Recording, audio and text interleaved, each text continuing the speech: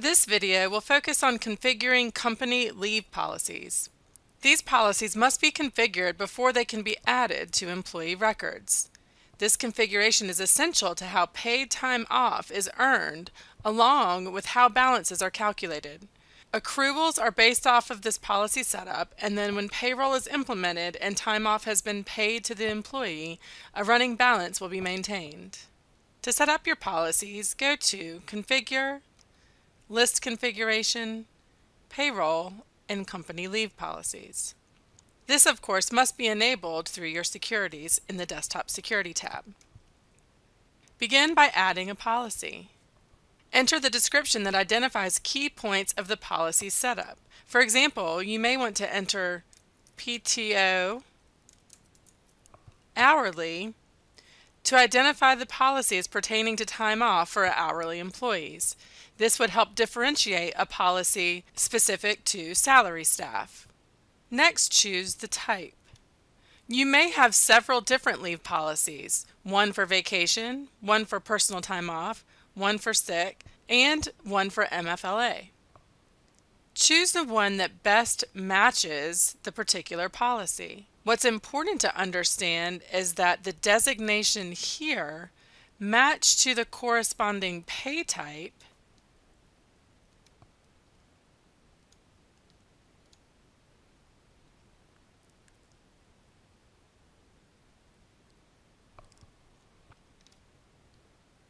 so that both the pay type and the leave policy have the same setting. This is the only way the system can maintain the balances properly between both accruals and paid time. The eligibility delay days is required and allows you to designate a certain number of days after hire that employees must work prior to accruals kicking in. Your policy may say that the employee must be employed 3 months before any leave time can be accrued. Enter 0 if there are no delay days for the start of the policy. It is important to note that the eligibility delay works in conjunction with and is further determined by either the hire date or by an effective date entered at the employee individual record.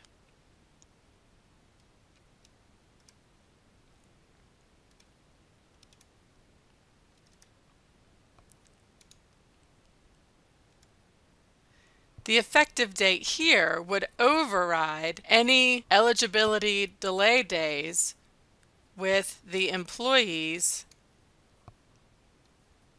date employed. You may also choose to use the effective date as the starting point for the delay days rather than the hire date. That setting is controlled in the payroll rules form. Checking Use Start Delay with Effective Date will override the employee's original hire date, and the system will look for the corresponding effective date and any eligibility delay days set here. These 3 checkboxes are specific to hourly accrual policy types only, meaning the accrual is based on number of hours worked versus a fixed amount. That goes hand in hand with the accrual rate type. For fixed amount policies, you can ignore these checkboxes. Apply hours taken to minimum means that any hours of leave taken during the accrual period will apply to the minimum hours set to qualify. If apply overtime hours accrual is selected, any overtime hours for the accrual period will apply to the total accrual. And finally, if apply hours taken to accrual is selected, any hours taken during the accrual period will apply to the total accrual. This section allows you to specify the minimum hours that must be worked for an accrual period in order to qualify for any accruals. Options include weekly, biweekly, semi-monthly, and monthly. The Applies to Employees with Status section allows you to specify the type of employees that the leave policy should apply to. If an employee does not have one of the designated statuses in their employee profile, then the leave policy will not be available for selection in their corresponding leave tab.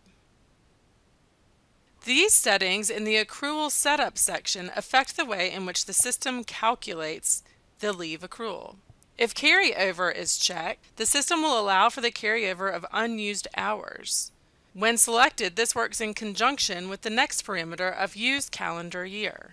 When this is checked, the system will use the calendar year for calculations, rather than going based on the anniversary date of the employee's hire date. When based on years of service scale is checked, you will then be presented with a years of service scale. This will allow you to drop in and create the various tiers your policy may have based on years of employment. The accrual rate type, which we've already discussed, includes whether the accrual is based on a fixed amount or an hourly rate.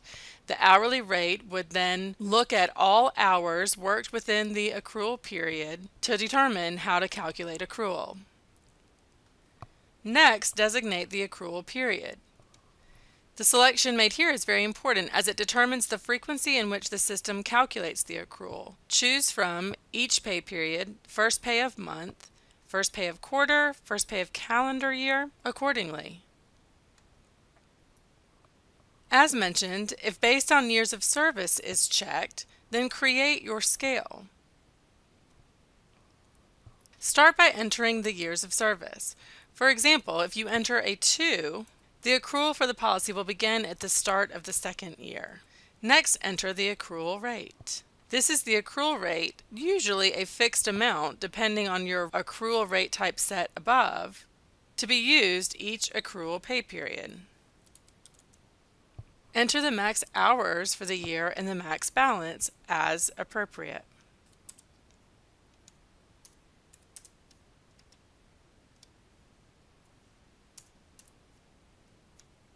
Continue adding to create all your various tiers.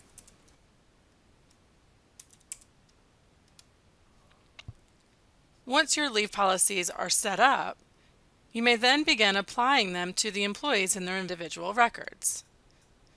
This happens in the Leave tab as already reviewed. Choose the corresponding policy. If you need to enter an effective date because you wish to override the number of delay days of the policy against the employee's hire date, enter your effective date accordingly. Otherwise, hit Update and all policy configurations will drop in accordingly. Should you have any questions, contact support by going to Options, Support, Contact Support.